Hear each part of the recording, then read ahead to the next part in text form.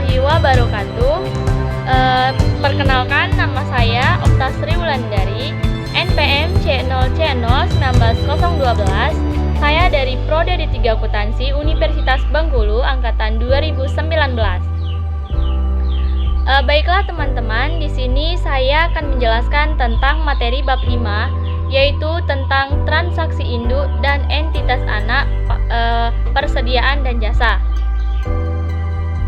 Baiklah, saya akan menjelaskan materi bab 5.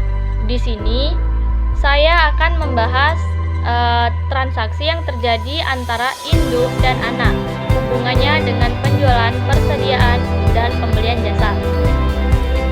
Transaksi yang terjadi pada tahun 2015 antara perusahaan induk dengan anaknya yang berhubungan dengan pembelian dan penjualan jasa. Nah, jadi ketika perusahaan induk sudah mengakuisisi perusahaan anak, maka bukan berarti mereka ini tidak boleh melakukan transaksi. Bahkan itu sangat banyak dan sangat mungkin untuk terjadi. Karena apa?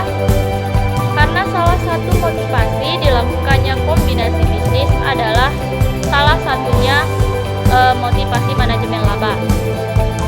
Jadi, riset mengatakan bahwa ketika terjadi kombinasi bisnis itu patut diunggah bahwa aktivitas manajemen laba yang dijalani perusahaan tersebut juga mungkin akan semakin besar. Nah, misalnya yaitu produk besar-besaran dijual kepada perusahaan anak karena ingin meningkatkan penjualan pada akhir tahun. Kemudian pada akhir tahun penjualan itu dihitung dan ternyata mengalami penurunan drastis. Kemudian yang dilakukan perusahaan induk itu apa? Nah, yang dilakukannya adalah dia menjual HPP-nya ke perusahaan anak. Maka itu adalah transaksi yang mempunyai hubungan istimewa. Jadi transaksi yang melibatkan itu perusahaan anak tidak boleh muncul dalam aturan keuangan konsolidasi. Tidak boleh muncul pengaruhnya dalam konsolidasi laporan keuangan. Nah, yang boleh muncul dalam laporan konsolidasi keuangan adalah transaksi yang di luar transaksi melibatkan perusahaan anak dengan induknya. Yang artinya, perusahaan induk melakukan pencatatan atas perusahaan anaknya. Karena itu adalah transaksi penjualan yang ada buktinya. Dan akan dicatat. Dan anak akan mencatat itu karena itu adalah transaksi penjualan masing-masing pembukuan di perusahaan ini akan dicatat. Sehingga waktu menyusun laporan keuangan konsolidasi yang dalam neraca saldo, penjualan yang ada dalam neraca saldo tersebut di perusahaan induk itu termasuk ke dalam penjualan perusahaan anak. Nah, waktu menyusun laporan keuangan konsolidasi, maka pengaruh dari transaksi perusahaan itu, induk dan anak ini dapat diusulkan. Karena apa?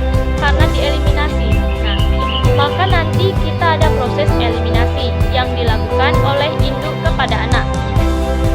Jadi, kita harus paham laporan keuangan konsolidasi itu apa.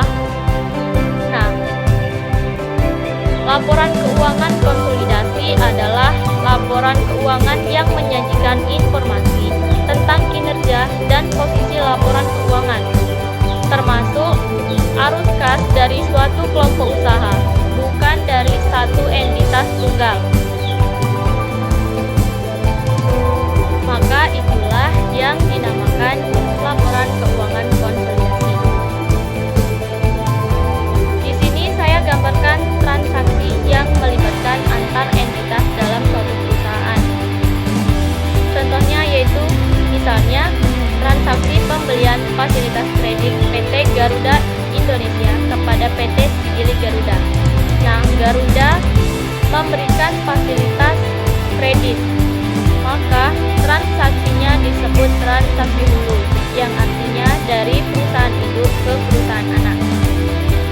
Nah, ada transaksi yang melibatkan induk bertransaksi kepada anaknya, maka sudah saya jelaskan tadi, dampak dari transaksi ini tidak boleh muncul dalam laporan keuangan konsolidasi. Sehingga, untuk menjadikannya tidak muncul, dampaknya terhadap laporan konsolidasi, laporan keuangan, maka yang harus dilakukan adalah eliminasi terlebih dahulu. Salah satunya yang harus dieliminasi adalah transaksi yang melibatkan induk dan anak. Karena tidak boleh muncul dampaknya pada laporan keuangan konsolidasi. Karena apa? Dia sudah dicatat di transaksi perusahaan induk dan anak yang sudah melakukan pencatatan pada perusahaan anak. Selanjutnya yaitu ada contoh konsep konsolidasi, yaitu satu kesatuan usaha atau satu kelompok usaha yang terdiri dari perusahaan induk dengan anak-anak perusahaannya. Induk bertransaksi ke anak-anak melakukan transaksi ke induk yang terdiri dari transaksi hulu dan hilir. Maka masing-masing entitas tetap akan melakukan pencatatan transaksi. Kemudian yang terakhir yaitu dampak terhadap pencatatan entitas induk dan jurnal eliminasi.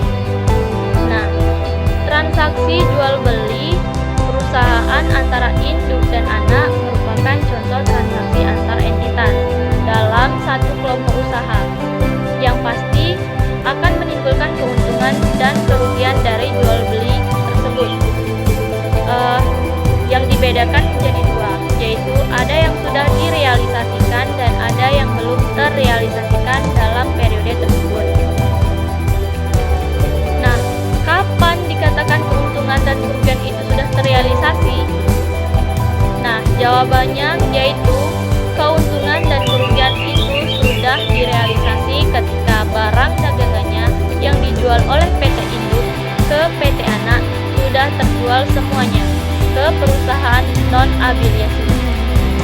Semuanya pada satu dan sebaliknya, jika barang dagangannya yang dijual dari perusahaan induk ke anak belum terjual semuanya, maka satu periode, maka dikatakan bahwa keuntungan dan kerugiannya tersebut dikatakan belum terrealisasi dan harus dilakukan eliminasi untuk menangguhkan keuntungan dan kerugian perusahaan tersebut.